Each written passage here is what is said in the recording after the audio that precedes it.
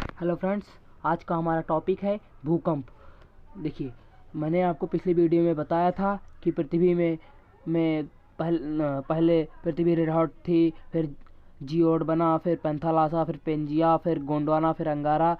तो देखिए, जो ये गोंडवाना और अंगारा का जो भाग है वो बीच बीच में, और पेंजिया का कुछ भाग बीच बीच में टकराता रहता है, जिससे भूकंप की स्थिति बनती है। तो हम लोग इससे हम लोग कह सकते हैं कि भूकंप आप किसे कहते हैं।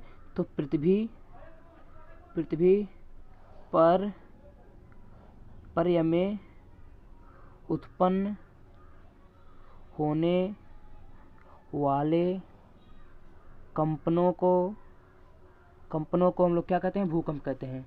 देखिए, भूकंप जो है, भूकंप बहुत खतरनाक होता है।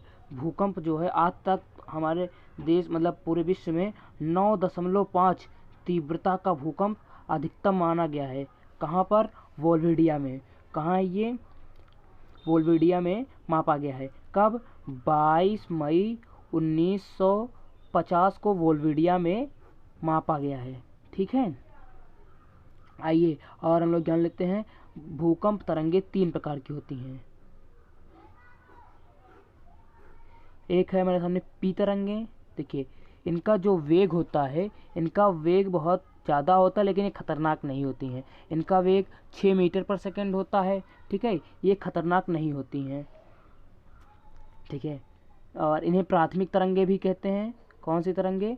प्राथमिक तरंगे। अगला, ये हमारे सामने कौन सी तरंगे हैं? ये हमारा रहता है यस वेव। इन्हें द्वितीयक तरंगे कहते हैं। देखिए देखिए, जैसे जैसे वेग घटेगा, देखिए जब ज़्यादा वेग से आएंगी तो तुरंत जितनी जल्दी आएंगी, जो जितना जल्दी आएगा उतना जल्दी चला जाएगा। तो ये इसीलिए हमारे लिए ख़तरनाक नहीं होती हैं। ये इनसे कम वेग इनका होता है। इनका वेग होता है 3 मीटर पर सेकंड। तो ये कम मतलब इनसे कम जल्दी आएंगी, मीन्स इनसे ज़्यादा समय लेकर आएंगी और इनसे ज़्यादा समय तक जाएंगी, इसलिए ये अधिक खतरनाक होती हैं। किसकी तुलना में? पी वेग की तुलना में। अगला मेरे सामने आता है यल तरंगे। ये सबसे खतरनाक तरंगे होती हैं। इनका वेग जो है 1.5 मीटर पर सेकंड होता है। कितना? 1.5 मीटर पर सेकंड। और ये बहुत खतरनाक होती हैं। कितनी? बहुत खतरनाक होती हैं। ठीक है, और इन्हें लव तरंगे भी कहते हैं। कौन सी तरंगे? लव तरंगे। देखिए, हम जो हमारा हार्ट होता है, उससे जो धक धक करने की आवाज़ आती है, वो लबडब करके आती है। देखिए, लब हमारे लिए कभी कभी बहुत खतरनाक हो जाता है, तो इससे करके आप कर सकते हैं कि ये बहुत खतरनाक होती हैं। और एक आपने ज़रूर देखा होगा कि ये जो वेव घट रहा है, ये बटे 2 की तुलना में घट रहा है। जैसे पहले इसका वेग 6 था, तो बटा 2 कर दिए तो इसका वेग 3 मीटर पर सेकंड आ गया। इसका बटा 2 किए तो इसका वेग लगभग आ गया 1.5 मीटर पर सेकंड। तो आप एक ट्रिक बनाकर इसको याद भी कर सकते हैं। देखिए, भूकंप को मापने के लिए सर जेवी रिक्टर ने, किसने? जेवी रिक्टर ने एक स्केल बनाई थी, जिसका नाम था रिक्टर पैमाना।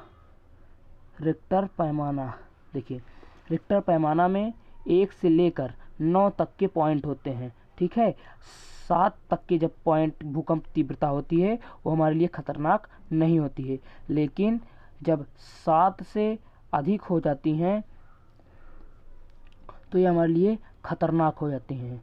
ठीक है, और इसमें 9 तक के पॉइंट होते हैं। और पहले के ज़माने में मर्केलिन स्केप का प्रयोग किया जाता था। किसका? मर्केलिन स्केप का प्रयोग किया जाता था भूकंप मापने को। इसमें जैसे आपको 9 तक दिख रही हैं, उसमें 1 से 12 तक पॉइंट थे। मैं आपको बता दूं कि जैसे एक पहला पॉइंट अगर हमने माना 1 तीव्रता का भूकंप है, तो जब तक इसका 10 गुना खतरनाक तीव्रता का भूकंप, 10 गुना इसके खतरनाक भूकंप नहीं आएगा, तब तक रिक्टर पैमाने में 2 पॉइंट नहीं दिखाएगा। मतलब उसका अगला पॉइंट उसके 10 गुने खतरनाक के बराबर होता है। ठीक है, और मैं कहा था मर्केलिन स्केप 1 से 12 तक के पॉइंट दिखाता है। मैं आपको देखिए, इसको व्यक्त करने के लिए सिस्मोग्राफ, भूकंप को व्यक्त करने के लिए सिस्मोग्राफ, किसका?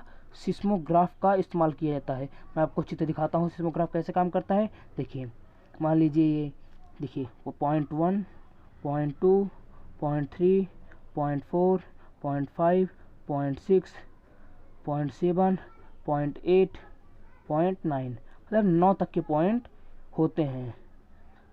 तो ये ऐसे बढ़कर फिर कभी घटकर कभी बढ़कर ऐसे करके इसकी तीव्रता मतलब मापी जाती है।